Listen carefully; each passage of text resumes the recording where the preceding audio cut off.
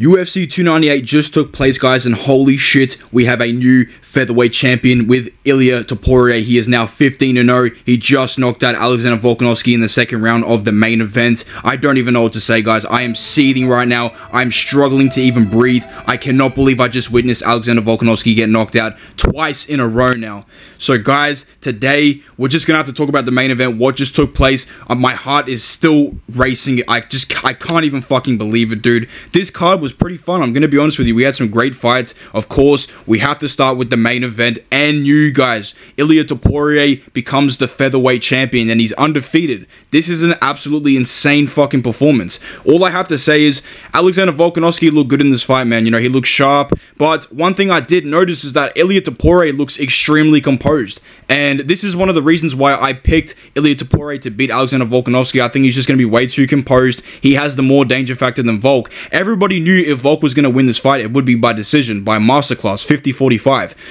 The only way I saw Ilia Topuria winning was by knockout. And he went out there and staunched Alexander Volkanovski. I don't know how to feel right now. Mixed emotions. I'm very happy that I picked Ilia Topuria. I'm very sad to see Alexander Volkanovski just... I'm so sad seeing him get slumped on the ground like that, bro. Holy shit.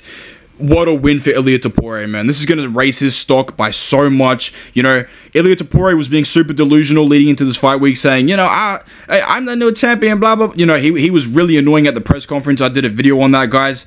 But I guess it all came into fruition. Alexander Volkanovski pulling up to the press conference with the old man suit maybe might have not been a good idea. This is just extremely depressing right now. I can't even process what just fucking took place, guys. So, really all it was is Ilia Topuria found the shot, man. He started being able to close the distance a lot closer as the fight went. The first round I gave it to Volk. You know, Volk, like I said, he really just outpointed Topuria, but I noticed that Topuria was honestly finding shots on Alexander Volkanovski's chin in the first round, you know what I mean?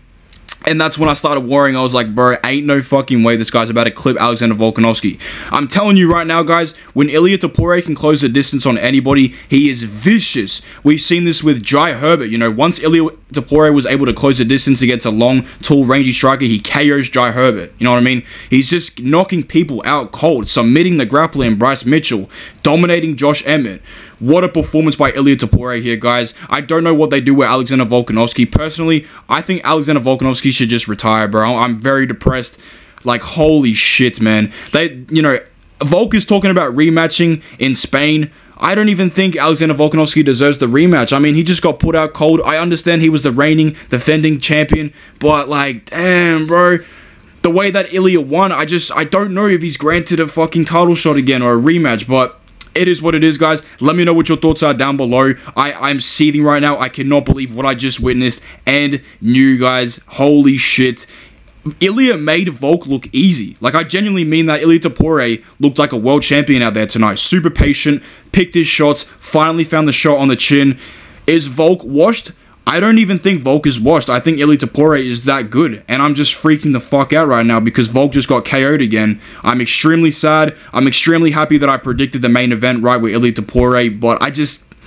This is a tough day for us, bro. This is a tough day for us. But we move on to the co-main event, guys. I'm going to give out a quick recap for the whole card. Robert Whittaker versus Paulo Costa. Great performance by Robert Whittaker. Very dominant performance in the second and the third round, in my opinion.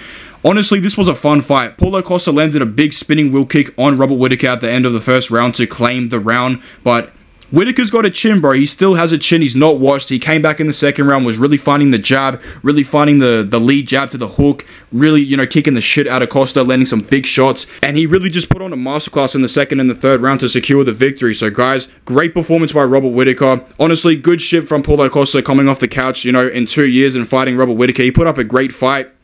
Salute to both men, guys. Good fucking stuff. In the next fight, guys, we had Ian Garry versus Jeff Neal, and I'm going to say this was an absolutely horrible fight. I picked Jeff Neal to win this fight. Unfortunately, Jeff Neal didn't come through with the win. I kind of picked this prediction off of emotion. I'm going to stop doing that from now on, but regardless, I thought Jeff Neal was going to be able to close the distance and find that shot, and he did, punch Ian Gary a couple times pretty clean, but Gary is just really improving every single fight. It's a crazy thing to see. I'm very impressed with Ian Machado, Gary, the little cock. You know, his skill set is evolving like crazy. I genuinely mean that. I have a lot of respect for him as a fighter. I think he could honestly be a champion in the next couple of years, whether you like him or not. And just a poor performance by Jeff Neal. He really couldn't find the shot. Ian Gary had the perfect game plan, you know what I mean? Moving around, evading, throwing heaps of kicks, finding the knees up the middle. Very good performance by Ian Gary. You know what I mean? It was a tough fight by both guys. I don't know how it was a split decision. I honestly thought that Ian Gary won all 3 rounds, but you know, I'm sure we all wish Jeff Neal would have found that KO on Ian Gary, but congratulations to Gary on a great performance. We move on to the bantamweight division, alright? Merab Dvalishvili versus Henry Cejudo. Now, this was a good fight. I'm going to say this right now. Henry Cejudo won the first round. He looked good on the feet. He rocked Merab Dvalishvili with a left hook, was able to take down Merab and end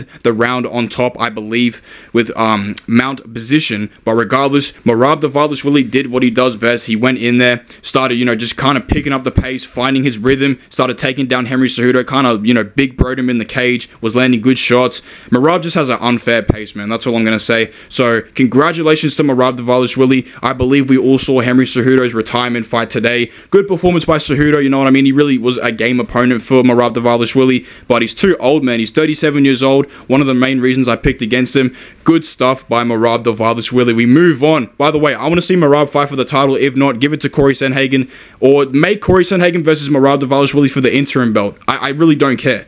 But regardless, the last fight that we had on the main card, guys, the main card opener, Anthony Fluffy Hernandez versus Roman Kopylov.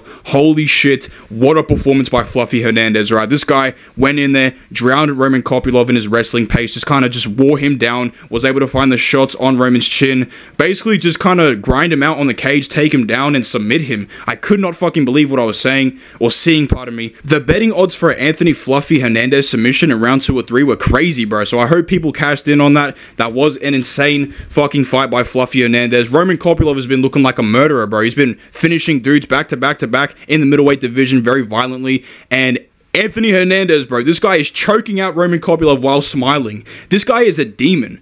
I genuinely think that Anthony Hernandez might be a big threat to the division. I know we're hyping him up, but look what he just did to Roman Kopylov. Like, Kopylov was supposed to be that next dude at middleweight. Hernandez just stole all the hype. Congratulations to Fluffy. What a fucking performance by the man himself. And that was the UFC 298 main card recap, guys. What an absolutely fucking great card. We had some fun fights, some crazy highlights. Honestly, one of the best main cards I've ever seen. You know what I mean? Not in terms of fights, but just name value. You know what I mean? This was an absolutely stacked card. I hope you guys enjoyed this video and the recap I did. And new, ladies and gentlemen, Ilia Topuria is the champion. We get our main event prediction correct, and I am gutted for Alexander Volkanovski. I'm absolutely gutted. I think he should either considering retiring or maybe getting the rematch in Spain with Ilia Topuria. But even then, I don't think Volk wins the rematch. I just don't. But regardless, oh man, it's tough to say, bro. I'm still dwelling with emotions. I cannot believe what the fuck just happened, but oh, it is what it is, guys. The comment section is open, alright? Feel free, what you thought of the fights, what you thought of the main event, the co-main event, who really impressed you tonight, guys. I want to say thank you so much for tuning into the video. I cannot believe what fucking happened on this card. Make sure you smash a like button for your boy. Comment down below what you thought. Subscribe to the channel, guys. We're so close to 600 subscribers, and I appreciate each and every single one of you guys. Until next time, my brothers, and new.